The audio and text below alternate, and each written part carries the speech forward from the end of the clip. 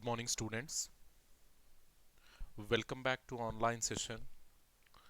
In our previous session, we basically discussed how a computer system can be defined and what internal components it is going to have. We just started the discussion in our previous session, and in today's session, we'll continue that same concept and we try to conclude in today's session. Hopefully, the discussion of this computer system. So we defined this computer in many ways, isn't it? So I told you that I said that whatever idea you have in your mind, that is exactly correct. Nowhere, no need to change any sort of things, because many of us we are unknowingly using these computers in our day-to-day lives, isn't it? We are going to an ATM machine, we are withdrawing the money, so we are using a computer. Okay, we are our mobile phones, isn't it?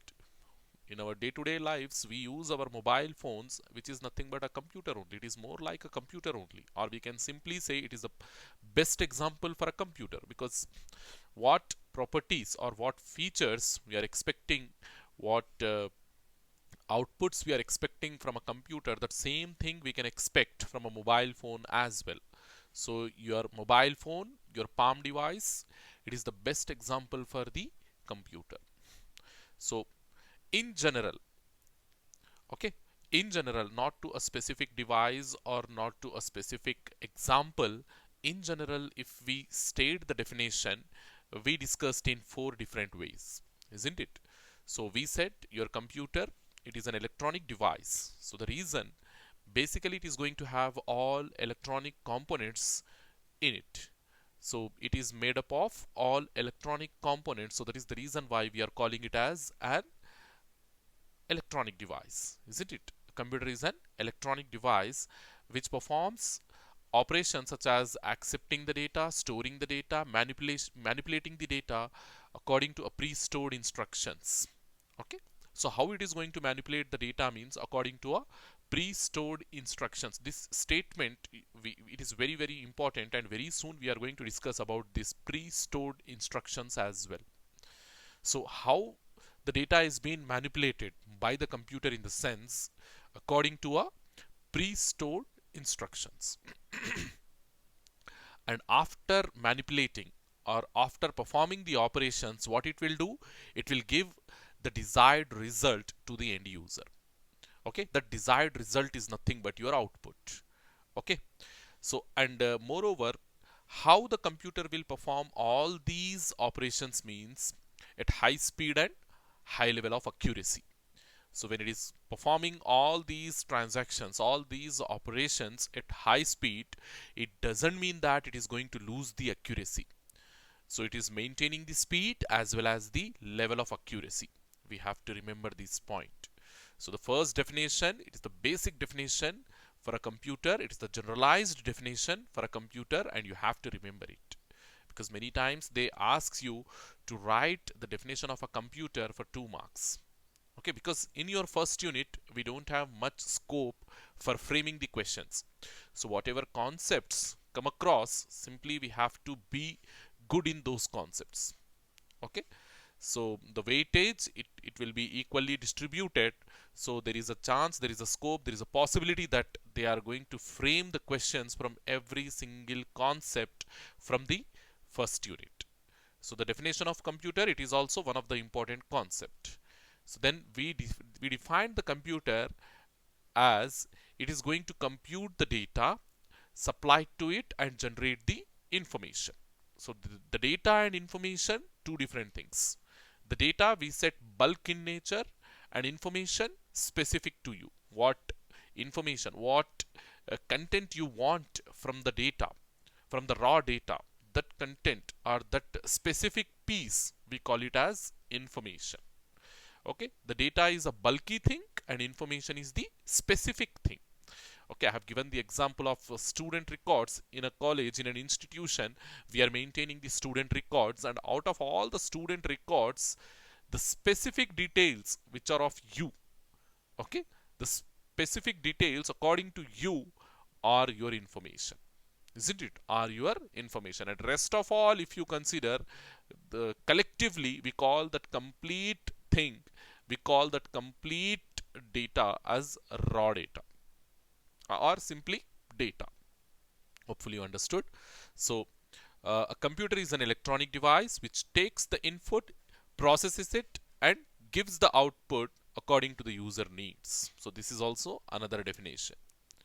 Okay, so why I have taken these many definitions means because unlike your intermediate, okay, unlike your secondary education or board of secondary education or intermediate education, here we are not going to follow a single book. And moreover, when I have explained your syllabus, there also under suggested reading they have given many books to follow, many books to refer, isn't it? So these definitions I have taken from different books.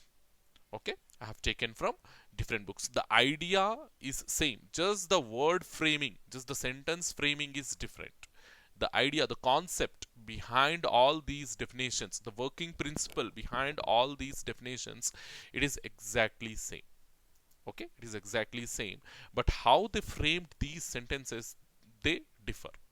And the last one, the highlighted one, I said according to the Farrozen and Gilbert textbook, I have taken this definition, and in our semester, in our study, in our PPS subject, PPS course, we are going to follow this Farrozen and Gilbert textbook only. Okay, so a computer is a system made up of two major components. Two major components, one is the hardware and the other one is software. So basically what we gonna see inside a computer, in the sense we are going to have two things. We're gonna see two things. The first one is the hardware and the second one is the software. Okay. So then we started the discussion of hardware. We said hardware is nothing but all the physical components which we can touch and which we can sense. And examples we discussed for the hardware components, and we said hardware components are classified under three different categories. The first one is input devices, then processing unit and processing devices, and finally the output devices. So input devices, examples, input devices, this is the block diagram. Then input devices, to give the input to your computer or to enter the data into your computer, we are using input devices. Examples, many different input devices we discussed, like keyboard, mouse, scanner, microphone, camera, all these are the examples for input devices. Similarly, output devices, and here in all these input devices, yeah, among all these input devices, one particular device we call it as standard input, that is nothing but your keyboard. This particular keyboard we call it as standard input. Okay, standard input. So the reason, it is very simple. Why we call keyboard as standard input? The reason is very simple, because this is the minimum input device that we need in order to work with a general purpose computer. In order to work with the general purpose computer. Without the mouse also we can work, but without the keyboard it is highly impossible. Without the keyboard it is highly impossible to interact with your computer, and if you don't interact with your computer is of useless thing, isn't it? By interacting only we are getting some sort of information, some sort of output from the computer, isn't it? So if there is no interaction with your computer device, if there is no interaction with your computer, it is of useless thing. So basically, in order to have that minimum level of interaction, we definitely need this keyboard. So that is the reason why we call this keyboard as standard input device. We call this keyboard as standard input device. So in a similar way, output devices, why we use? To get the output from the computer. In order to retrieve the output from the computer, in order to see, check, okay, the output from a computer, we use output devices. Okay, how many output devices? Plenty of output devices we have, like your monitor, printer, speakers, and all. Okay, so among all these output device examples, we consider the monitor as the standard output device. What is the monitor? It is the standard output. Here only I have written standard output. Okay, display or standard output. The reason why we call this monitor as standard output means, Yeah, again, here also the same thing, standard output. Why we call this monitor as standard output means because without this monitor, again, your computer will become a useless thing. If you are unable to see the output from the computer, okay, how you are going to make use of the computer hardware, isn't it? So in order to make use of the computer, in order to make your computer a productive thing, definitely we need a minimum output device. So that minimum output device is nothing but your monitor. So that is the reason why we call that monitor as standard output device. So hope you understood the meaning of standard input as well as standard output. So then we discussed what is soft copy and what is a hard copy, isn't it? Soft copy, hard copy in our last session only we discussed. Then processing units, okay, inside the CPU. CPU basically it is responsible for executing all your instructions. Okay, so inside that CPU, what are all components we are going to have means we are having your ALU, arithmetic logic unit, ALU we are going to have. Then we have control unit CU, and then we have memory unit MU.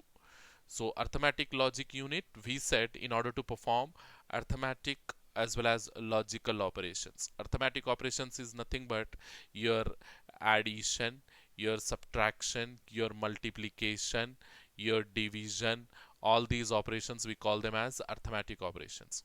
So logical operations are nothing but your comparison, checking whether two numbers are equal or not equal, okay, greater than, lesser than, greater than, equal to, lesser than, equal to, all these operations we call them as logical operations. So to perform not only arithmetic but also the logical operations we use ALU, isn't it? We use ALU for what purpose? To perform the arithmetic as well as logical operations we use ALU. That is the reason why we call this particular unit as arithmetic and logic unit. Arithmetic and logic unit. To perform the arithmetic and logical operations we use ALU. Then why we use control unit? See, this control unit, we said it is the master unit inside your computer, and is going to have the full control of all the hardware components inside your computer, isn't it? Similar to our brain, isn't it? Inside our brain we are going to have a system, isn't it? A nerve system.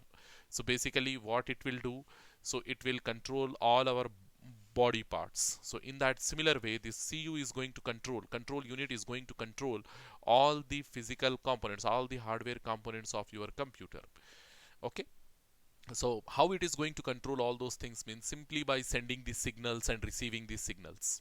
It will send some signals, some sort of signals, some sort of electrical signals to the devices, to wake up those devices or to get the functionality from those devices. It basically sends that kind of signals. So that is the control unit. Then we discussed memory unit. So memory unit, it is the storage. For storage purpose we generally use this memory unit uh, to store the data inside your computer. Basically where we are storing means inside these memory units only we are going to store. Okay, so the memory unit is classified. It is classified into two types. Memory units are classified into two types. They are volatile memory and non-volatile memory. So these two terms are very important. What is volatile memory and as well as what is non-volatile memory. In your previous year question papers, I have seen a 2 marks question which is asking the difference between these two. Okay, so it is a 2 marks question. Difference between volatile and non-volatile memory. It is a 2 marks question. So you have to be prepared for this one. You have to be prepared for this one. So quickly we see what is volatile memory and as well as what is non-volatile memory. The concept is very simple.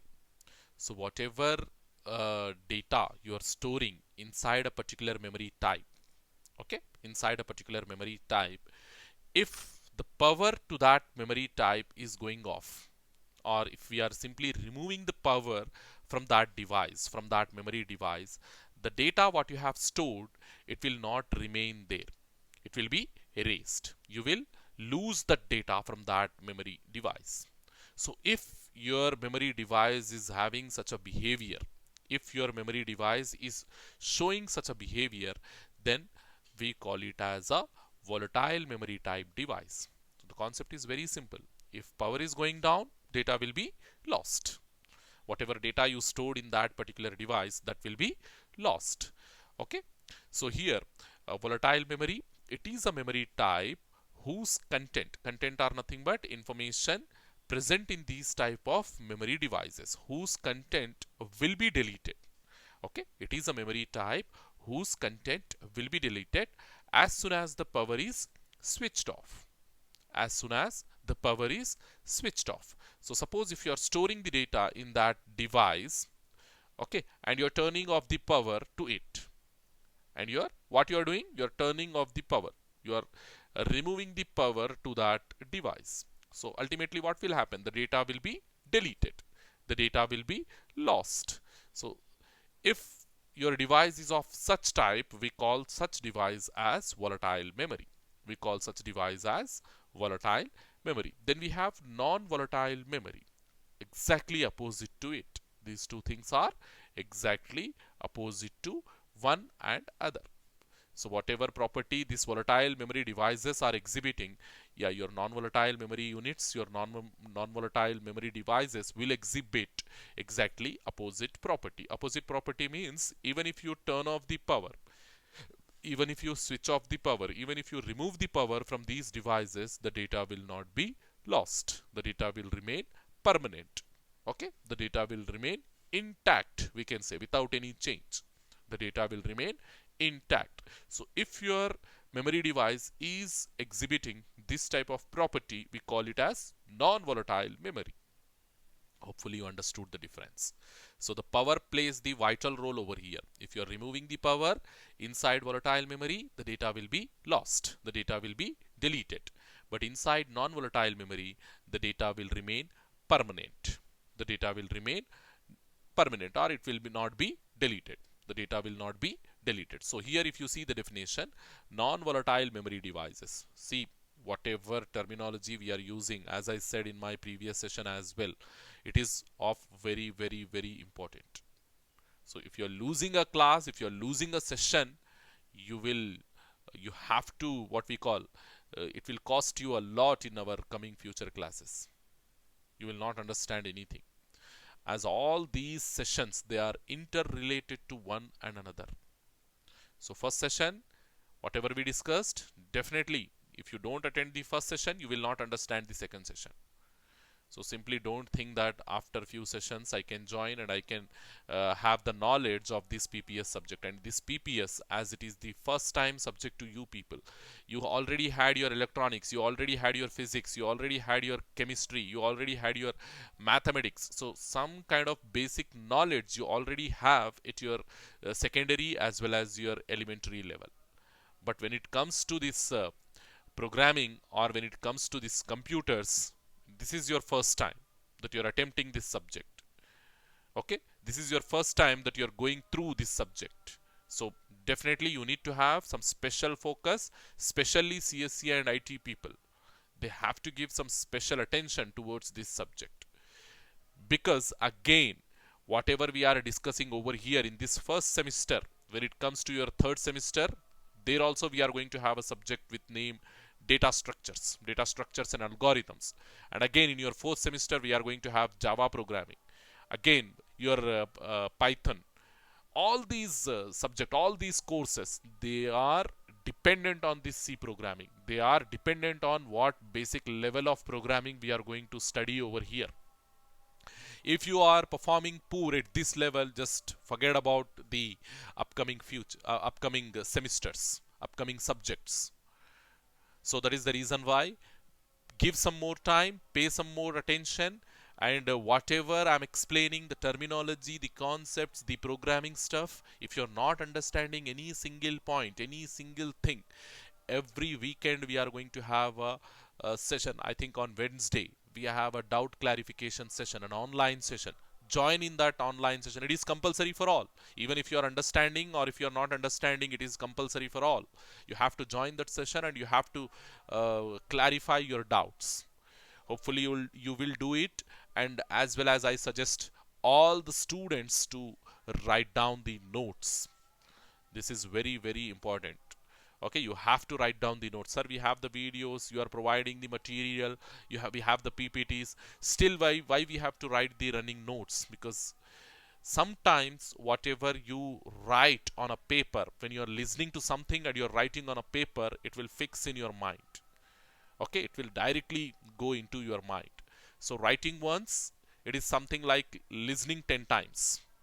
You just write down this stuff. You just try to understand this stuff. Writing once on a paper, it is something like listening 10 times.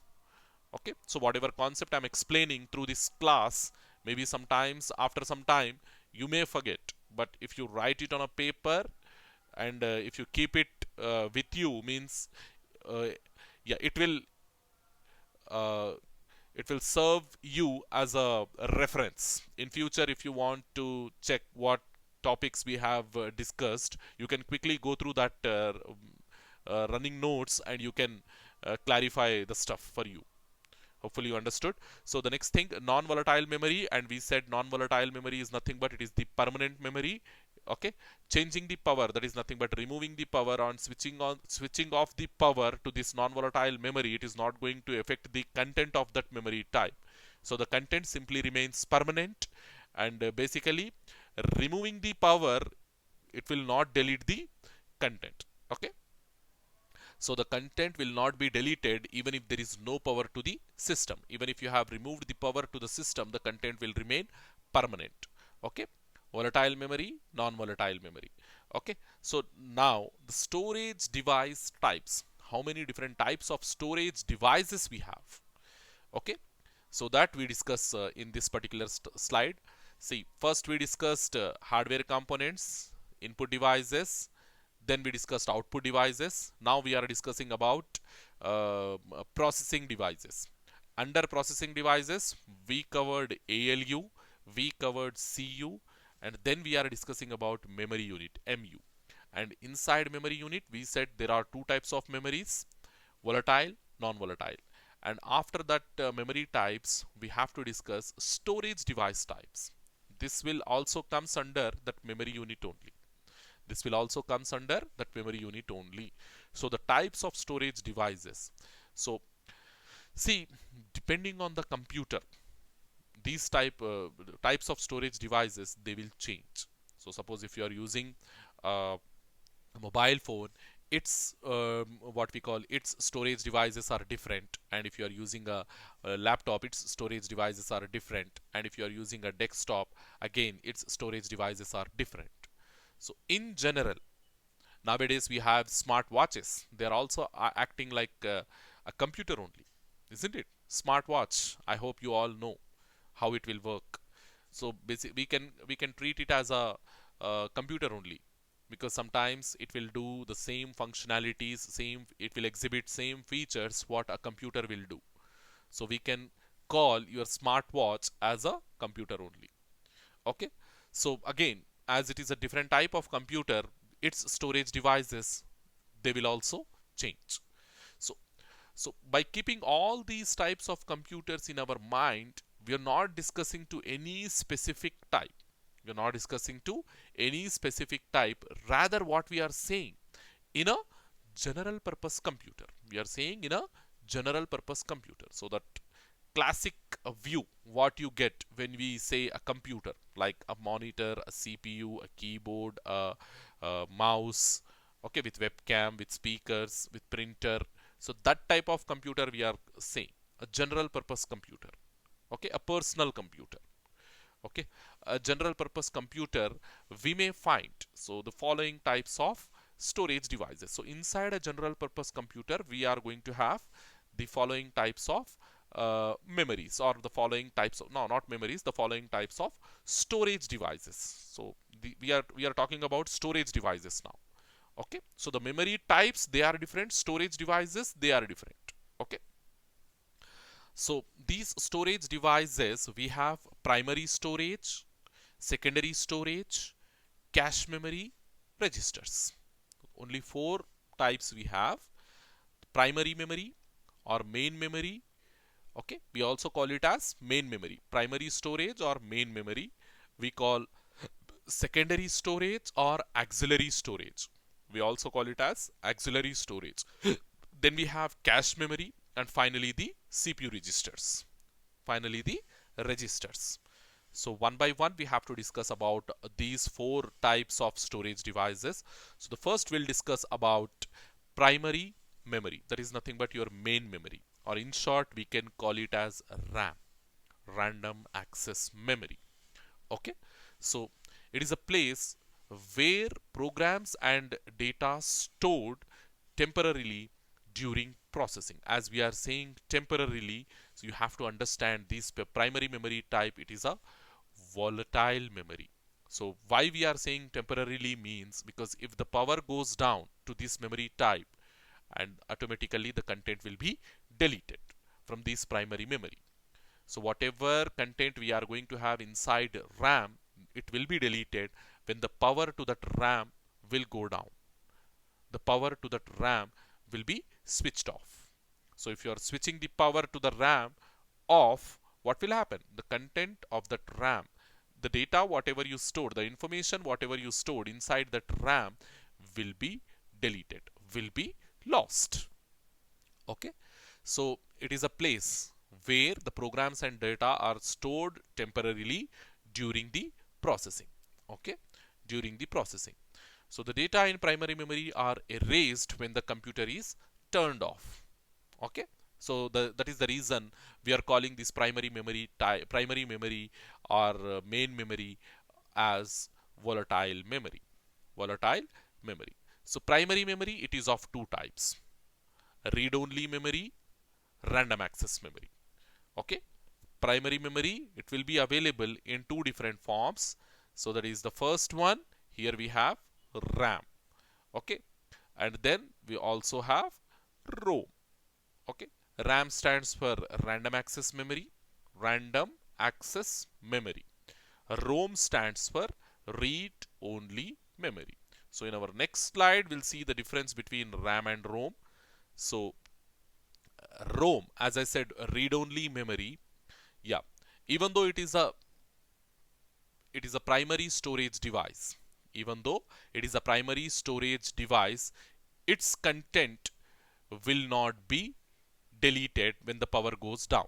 Its content will not be deleted. Simply what we can say it as, the ROM's content, whatever read-only memory is going to store, its content nobody can modify. Only the manufacturers, okay, the manufacturers who manufactured your computer or your laptop or your mobile device, they have the access to this ROM, read-only memory. They have the access to this ROM. And whenever we start the computer, let us say you are turning the computer on.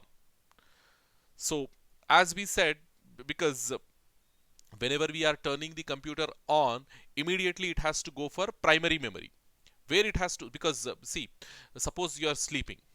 Okay, suppose you are sleeping, and in the morning you woke up. You wake up in the morning, then what will happen? What the brain will do? Okay, you are in your dreams. Let us assume when you are sleeping, you are in your dreams. So and suddenly you woke up in the morning. So ultimately what your brain will do means it will check whether all your body parts are functioning properly or not. So ultimately it will go to right hand, left hand, ears, nose, eyes, mouth, legs, every part of your body. It will simply checks and it will conclude that all my parts are working and I don't have any kind of malfunctioning in my body. So likewise, every morning you are, yes, of course it will do, but all these things will be performed in fraction of seconds. So that is the reason why we may not focus on these type of issues. So it will do, it will check. So let us assume that in the night you slept in a you kept your hand in a wrong way and slept. So in the morning, what will happen? Automatically, it will give some sort of pain, isn't it? So in the morning, when you woke up, so you realize that my hand is giving some kind of pain. What is the reason? So likewise, so if there is any change in your body, your brain will realize that one as the first thing when it woke up.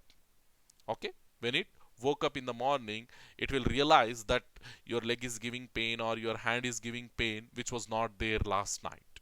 So likewise, the difference the brain will realize. So in that same way, suppose you are keeping turning off your system, that means you are keeping your computer in what we call in sleep mode, so it is going to sleep. So when you are turning the computer on again, if you're turning the computer on, ultimately what the processor will do means it will check all the hardware components, whether they are working fine or not. So this type of process we call it as booting. So maybe you heard that my system is booting. Booting means what it will do, first it will check all the hardware components. So when it is in sleeping mode, when it is in shutdown mode, at that time the content of the RAM will be deleted, isn't it? Because we said your RAM is volatile memory, so the content of the RAM is deleted. So generally, whenever your computer is in on condition, it is having the direct access only to that RAM. Whatever RAM is instructing to the computer, only that thing the computer will do. So in order to execute programs, in order to execute applications inside your computer, what you have to do, you have to bring all those programs, all those applications into the RAM. Then only they will start execution. Then only you can expect some sort of features from those applications. Hopefully you understood all these concepts. Okay, of course they are not related to our stuff, but you have to have the understanding of how the computer will work. So when you turn on the computer, when you are pressing that button on the computer to turn on the computer, what it will do, it will first go to that read-only memory, because your RAM is empty. Your RAM is not having anything. So as the first instruction, it will go to that read-only memory. Okay, so inside that read-only memory, we are going to have BIOS. Okay, BIOS, we call it as basic input output system. We are going to have BIOS inside that ROM. So by reading that BIOS, it will come to know that it has to check all the devices. Okay, it has to check all there inside that BIOS only. We are going to have the instructions to check all the hardware components, to check all the devices. So immediately it will check all the devices. So whatever it was having when it went into sleep, and whether it is having all those properly connected or not when it woke up. Okay, so after waking up, what it will do, it will check all those devices. Then after checking all the hardware devices, what it will do, it will boot the operating system into the primary storage. Your primary storage, that is nothing but into the RAM, it will boot, it will load the operating system. So from where it will load means from the secondary storage. Very soon we are going to study about secondary storage also, where the operating system is stored permanently. So the thing is very simple.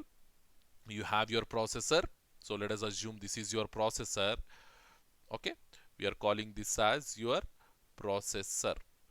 Okay, then we have the random access memory, that is nothing but your RAM. We call this as RAM. So your processor is going to have direct interaction with the RAM only. Your direct interaction with the RAM only. So whatever RAM will say it to do, only those things it will do. And it is a volatile memory. RAM is volatile memory. Okay. So we also have ROM. We also have ROM, that is read-only memory. So this is non-volatile. This is non-volatile. Okay. We also have your hard disk. So generally we represent hard disk like this, disk like this. Generally we represent the disk like this. Okay. This is your disk. So inside this disk, your operating system will be stored permanently. Operating system means OS. Okay. OS, permanently it will be stored. So whatever operating system we have over here, it has to be loaded into the RAM every time you're turning on the system. Whenever you're turning the system on, it has to be loaded. Operating system has to be loaded into the RAM, because once you put the computer in off condition, then your RAM's content will be deleted, and ROM content, they are permanent. And ROM only tells that every time when the computer is turning on, it has to load the operating system from the secondary storage into the RAM, into the primary storage. This is your primary, this is your secondary. From the secondary storage, it has to load the operating system into the primary storage. Hopefully you understood. So this is something happens every time whenever you are turning the system on. So over here, ROM is nothing but read-only memory. It stores the data and instruction even when the computer is turned off. So the content in the ROM can't be modified once if they are written. So that is the reason why I said only the manufacturers will write the content into the ROM. So once they are written, nobody can modify that content. They are permanent, and they are going to have the basic input-output system.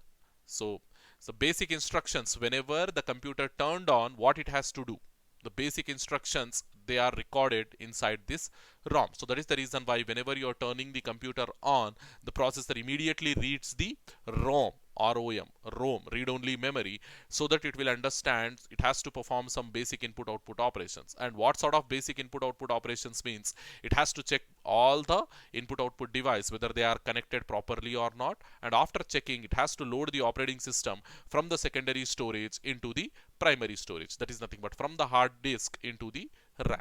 So once the operating system is loaded, means now the attention of the processor is shifted from the ROM to RAM, because now RAM is having operating system. So now it will do all the operations according to the operating system.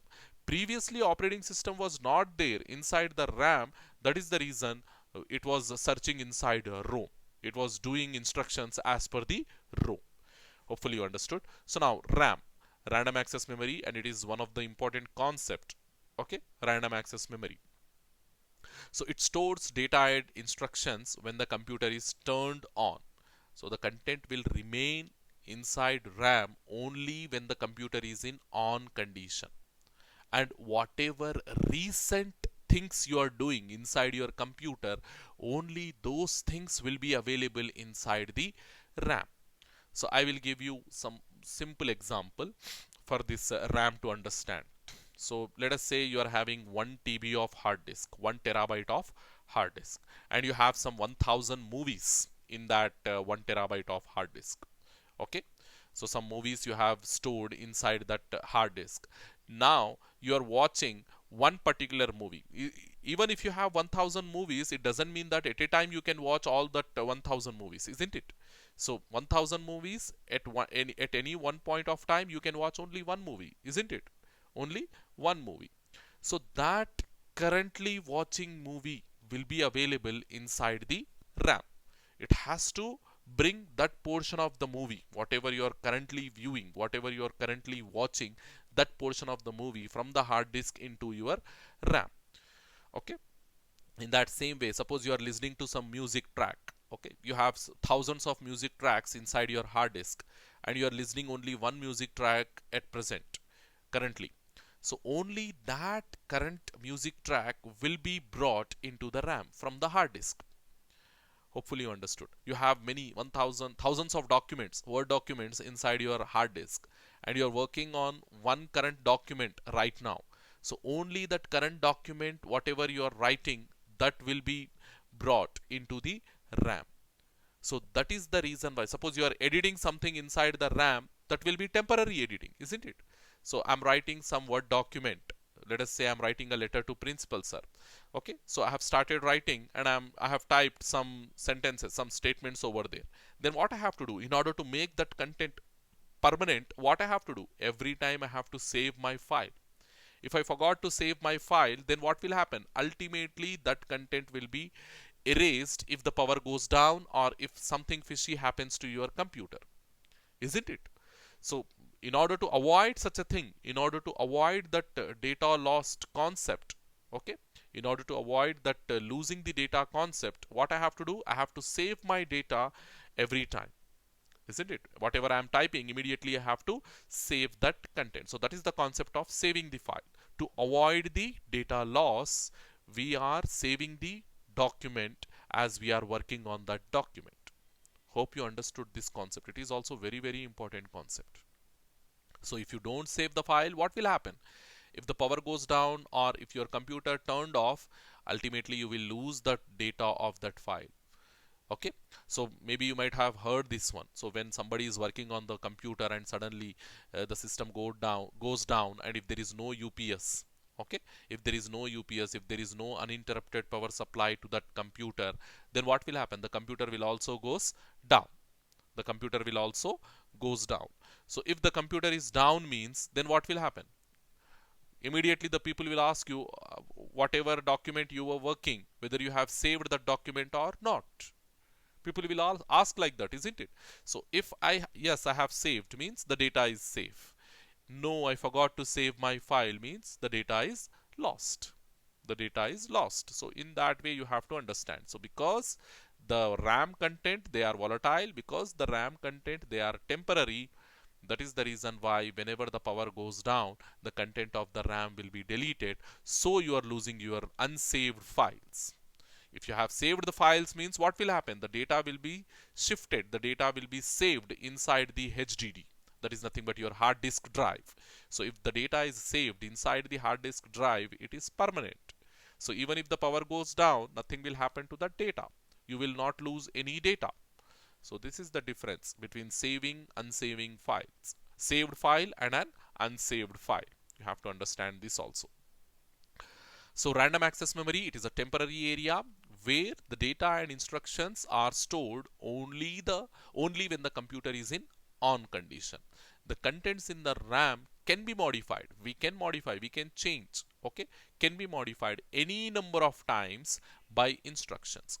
It is used to store the program under execution. Whatever programs you have under execution, currently viewing movies, currently listening music, okay, currently editing documents, all those will be available inside the RAM. Okay, RAM is a temporary area where all these things are stored temporarily. Okay, so next, the content in the RAM are volatile.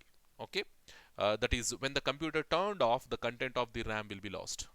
Many times I have explained this one to you. So that same statement, the last statement is giving that same meaning over here. Hopefully you understood. So the next thing, yeah, secondary memory or auxiliary memory. Okay, the content of these memory device will remain permanent.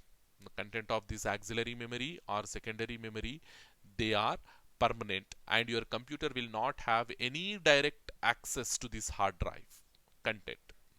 Any direct access to this hard drive content. So something, if you want to access from the hard drive, what you have to do? Definitely you have to bring that content into the RAM. Then only you can access. Then only you can access, or then only you can get the functionality. Okay, so I have given many examples like storing the movies inside the hard drive. You cannot watch them, but in order to watch them, you have to open that movie. Okay, by double clicking you are opening. When you are double clicking on that movie, what will happen? The content, the movie will be bring inside your RAM so that you can watch that movie. Hopefully you understood. So the content of these devices will remain permanent even when the computer is in turned off. Even when the computer is turned off, there is nothing but if it is in off condition, yeah, at that point also, at that time also, the content will not be deleted and it will remain permanent. The program and data remain in the secondary storage ready for the next time use. Yeah, even if you are turning off the computer, as the data is remaining permanent, as the data is not changing, so you can open the computer once again and you can reuse that content once again. Hope you understood. So then these secondary storage devices, they are of two types: magnetic storage devices and optical storage devices. Magnetic storage devices are nothing but your floppy disks. Nobody is using nowadays these floppy disks. And magnetic tapes are nothing but your audio cassettes. Previously, audio cassettes in tape recorders, we used to use these audio cassettes, isn't it? So something like that, magnetic tapes. They are also storage devices. We are storing the audio on that magnetic tapes.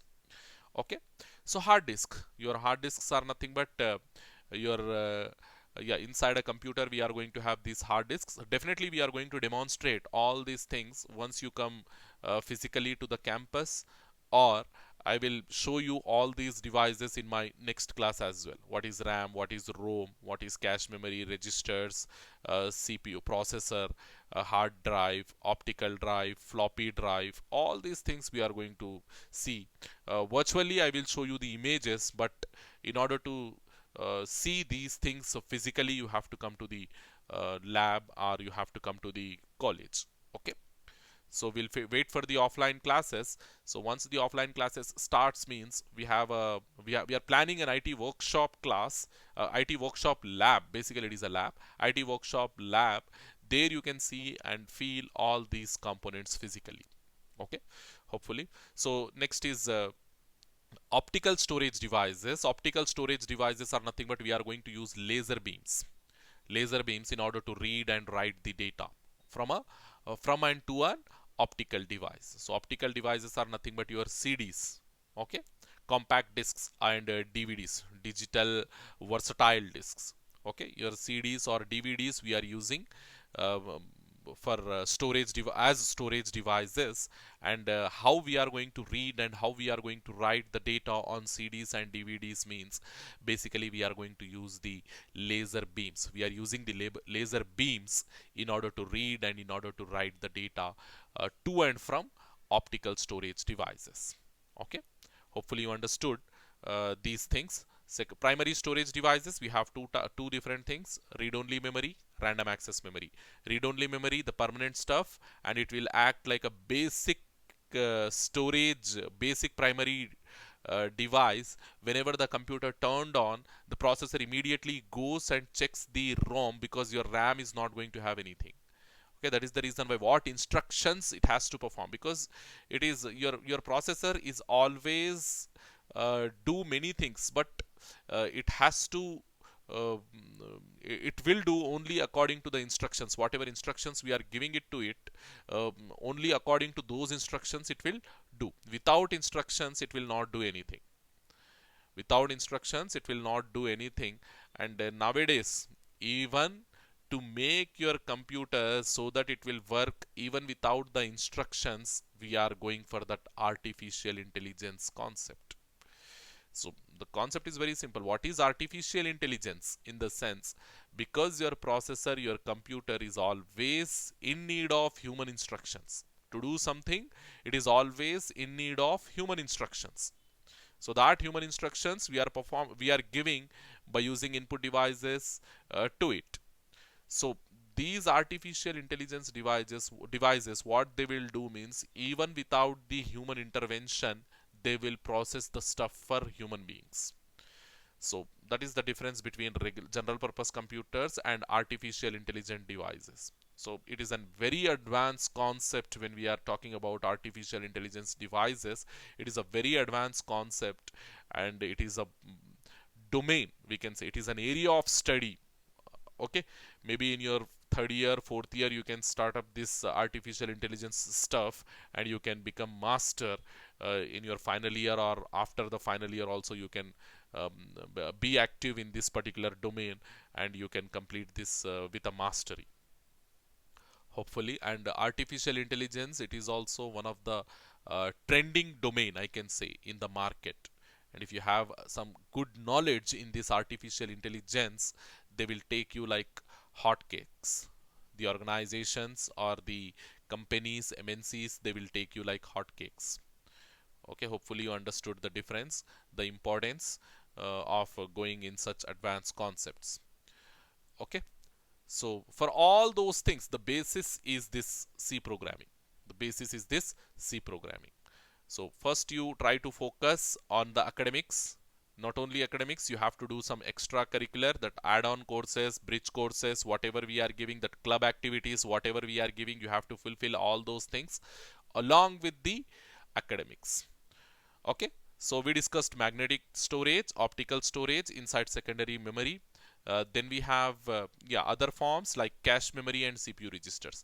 Cache memory, it will act like an interface between your CPU and the random access memory. between CPU and random access memory, we have this cache memory, and it is a faster memory when compared to RAM. Okay, faster memory when compared to RAM, and it is also volatile memory, so the content will be lost. Okay, and we are maintaining this cache memory in smaller amounts because it is faster and it is costlier. As the speed of the memory increases, automatically what will happen? The cost will also increase. Maybe you might have heard about that micro SD cards, isn't it? SanDisk and Transcend, different companies, different brands, they will provide the micro SD cards, okay, memory cards to your mobile phones. If they are faster, means what will happen? The cost will also increase. Okay, the ultra fast memory cards we have from SanDisk, and they are very costlier when compared to the normal memory cards. So that difference you have to understand. When the memory speed increases, automatically what will happen? The cost will also increase. Okay, so that is the reason why these cache memories we are maintaining very small in amount inside our computer. And CPU registers, okay, they are the internal memory components. They are the internal memory units of your processor. Inside a processor, to perform the operations, we use this CPU register. So that is the reason why we are calling them as CPU registers. So they are the internal components. So to understand this thing, to understand the memory stuff, I will take you over here. So this is, if it is your processor, if it is your processor, inside this processor we are going to have the some memory portions, and we call those memory portions as registers. CPU registers. We have CPU registers. Then, yeah, we have cache memory. Okay, we have cache memory.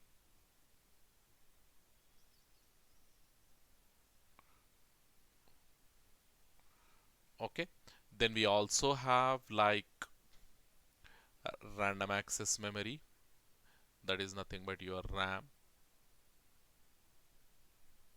Okay, then we also have, after RAM, what we have? We have your hard disk.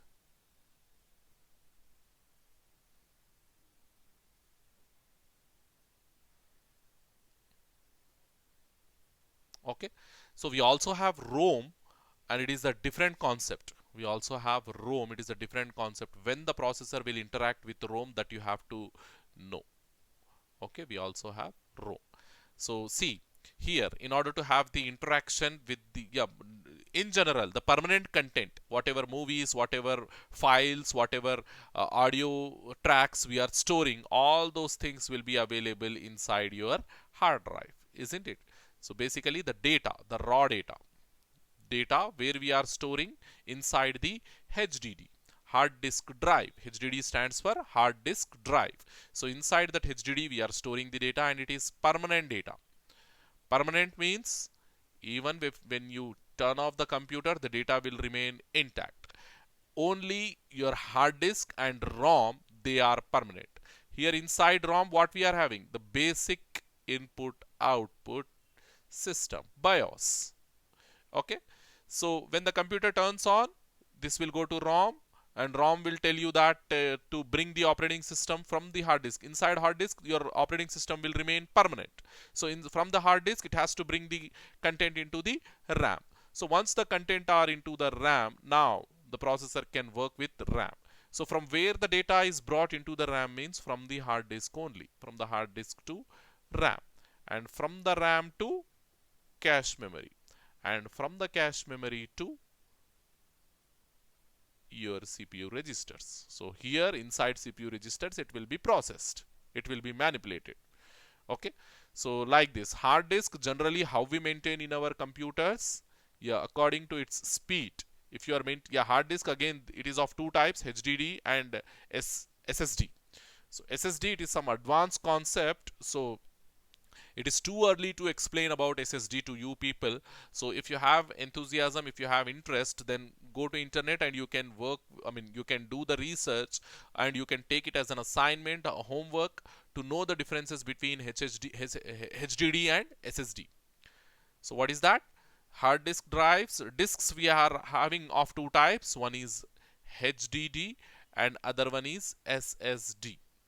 Okay, solid state disk, hard disk drive. HDD stands for hard disk drive, SSD stands for solid state disk. Okay, solid state drive or solid state disk, and HDD stands for hard disk drive, like that. So this is a different concept. So we consider HDD. So if it is hard disk, we are nowadays we are maintaining in TBs, isn't it? TB stands for memory units, also we will discuss very soon. TB stands for terabytes. Okay, then RAM somewhere in GBs. Like I have seen maximum 16 to 32 GB RAM. Oh, sorry, I have seen inside a computer. So in GBs. So that is gigabytes. Okay. Then cache memory in MBs we maintain, megabytes. Okay. Then this registers, CPU registers we maintain in KBs, kilobytes. So likewise, because it is and the speed as you go from here to here, the speed will increase. Your hard disk is slower when compared to RAM, and RAM is slower when compared to cache memory. Cache memory is slower when compared to CPU registers. Likewise, and cost also, hard disk is cheaper. That's the reason why we are maintaining in terabytes, and RAM somewhat costly when compared to hard disk. So that is the reason we are maintaining in GBs. And cache memory, it is more costly than hard disk as well as RAM. That is the reason we are maintaining in megabytes, MB. And CPU registers, they are the costliest memory types whatever we have in the market, and these CPU registers we maintain in KBs, kilobytes. Okay, speed is more, cost is more, the maintenance we are doing minimum. Okay, how we are maintaining means we are maintaining in minimum amount. Okay, so likewise you have to understand these things. So quickly go to our yeah, this is the what we call another diagram which shows the interconnectivity of all the devices, all the peripherals, all the hardware devices inside your computer. Okay, so disks, floppy disks and tapes, something like this you can see. This is your CPU and primary storage. Okay, here only they are giving only boxes, but I will also show you how exactly they will look alike in real time. That representation also I will give you in my next class, hopefully. I will try to take out all the pictures of different devices and I will show you how they will look like. Okay, so next thing, yeah, after the hardware we have another important component, because according to the Ferozen and Gilbert textbook, we have divided your computer into two components, two major components. One is hardware, and with this discussion, with the discussion of memory unit, with the discussion of memory types, with the discussion of storage device types, we are concluding that hardware concept, and we are starting the software concept from this point. So software is nothing but virtual component of the computer. Virtual means it will exist, but we cannot see it. We cannot see it and we cannot sense it. Okay, like your physical components, like your hardware components, we can see, we can feel, we can touch. All those things we can't do with this software. So that is the reason why we are calling your software as a virtual component, a virtual component of the computer. So basically, what exactly is a software? What exactly is a software? So, software is a collection of programs. Software is a collection of programs. So what exactly is a program? A program is a collection of instructions. Collection of instructions. A program is nothing but it is a collection of instructions. So what exactly is an instruction? Any basic work, any basic order that you want to give to a computer. So such a thing we call it as an instruction. So suppose you can treat your computer as a slave. As a slave, it will do whatever you instruct to do it. Okay, whatever it is capable of doing, and whatever instructions you are giving to it to do, it will do it. Okay, it will do it for you. Okay, it is not something like that computer will make a cup of tea for you. Yeah, of course, nowadays if you integrate that software and hardware stuff, okay, and if you have a proper machinery, programmed machinery, yeah, it will anyhow it will do that job also for us. We have seen many automated devices, or many what we call, yes, we are having that tea machines, isn't it? Coffee machines, isn't it? Where you put the cup and you will press some buttons on that machine. So what it will do, it will make the tea for you. Yes, of course, it will do that job also. So in a general purpose computer, when we are talking about, so an instruction is nothing but any written statement that is an order to the computer. You are giving it as an order to the computer. So I want this thing to be done. Do it for me. So like that, a basic statement which you are framing inside a computer, and how we are going to frame and how the computer will understand, it is all the secondary thing that very soon we are going to do. Basically, our job in programming is that only. We have to learn how to write the instructions. How to write the instructions. We have to learn how to write the instructions. So instructions, in order to write the instruction, basic thing what we need? We need a language, isn't it? So if I want to order something to you, so I want you people to write an assignment. So how I should give that task to you people? By using some type of language, isn't it? So English language, we are taking it as a medium, and in English language only I am ordering you people, I'm asking you people to write the assignment on so and so topic. Write the assignment. So I'm giving instruction to you people. So in that same way, if you want to give any instruction to the computer, you have to follow a language. So that language is nothing but your C language. Using C language only, we are going to give the instructions to the computer. And if you put all those instructions together, if you put all those instructions together, it will become a program. It will become a program. And if you put all those programs together, it will become an application, or it will become a software. It will become a software. So basically what these softwares, or what these programs, or what these instructions will do means, it will tell the hardware to do the job. It will tell the hardware to do the job, and how to do the job also. It will tell the hardware to do the job, and also how to do that job. Okay, so these instructions need to be written in any programming language that the computer can understand. So in our case, we use C language, C programming language, and we will assume, not only assume, it is the fact, the computer will understand the C language. Okay, the computer will understand the C language. So here, the following figure, it will show you the breakdown of the computer software, how it got divided into categories. So see, to remember the difference between software and hardware clearly, I will give you one simple example so that you will understand it thoroughly and remember forever. So yeah, we all know that God has created us, isn't it? God has created us. So what he has done, he kept all the parts together, all our hands, legs, okay, our complete body he structured according to the mythology. Okay, whether it is fact or not, we don't know, but according to the mythological books, I'm saying. So he has created us, and then assume that he forgot to put the soul. Forgot to put the soul. Whether our body operational without the soul, it will do the movement or something? No. So like in that same way, you have assembled all the computer hardware components together, and you have given a shape to the computer. Without the software, it will not do anything for you.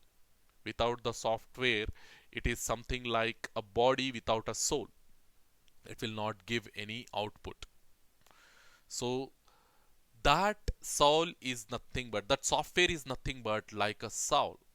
So as all the physical components of our body we can touch, we can feel, we can sense, but the soul we can't, isn't it? But the soul what we are having in our, okay, inside our body, that we cannot touch, it is a virtual thing. So similar to that one, the software is a virtual thing. It is there, okay, it is there, it will be installed inside your computer, but we cannot see it. And moreover, it will make your hardware functional. It will make your hardware functional, like how the soul is making our our body parts functional. In that same way, your software will make the hardware components functional. So simply remember this understanding. So body, computer hardware; soul, software. Body, we can touch and sense; computer hardware, we can touch and sense; soul, we can't see it, it is virtual. We can't touch, we can't sense, we can't feel. Same way, software, it exists, we can't touch it, we can't see it, we can't sense it, but it will make your hardware functional. Here also same thing, your soul will make your body parts functional, your body functional. So this difference you understand. Okay, so software, it is a virtual component of the computer, and it is a collection of programs, whereas programs are collections of instructions. And basically software will tell the hardware what to do and how to do. So these instructions, whatever programs, whatever instructions we are writing, whatever software we are writing, we have to write in a particular language which should be understandable by the computer. Okay, so the breakdown we have seen: software, it is divided into two parts: system software and application software. Application software, we have the further division: operating system, system support, system development. And application software, it is of two types: uh, general purpose and application specific. So quickly we have the idea over here. System software, yeah, generally what it will do means it, yeah, already I think we are running out of time, it is more than an hour now. So I will conclude this class over here, and software stuff we will discuss in our next class, hopefully. Okay, so from next class onwards we'll go a bit faster, because we have to wind up this stuff in 6 sessions. Hopefully already it is my second session, and I have taken so many stuff, so many things in between. That is the reason why it took very long. So hopefully in our next session we'll not do all these things, we'll directly stick to the point and we'll wind up the stuff, hopefully. So thank you very much, students.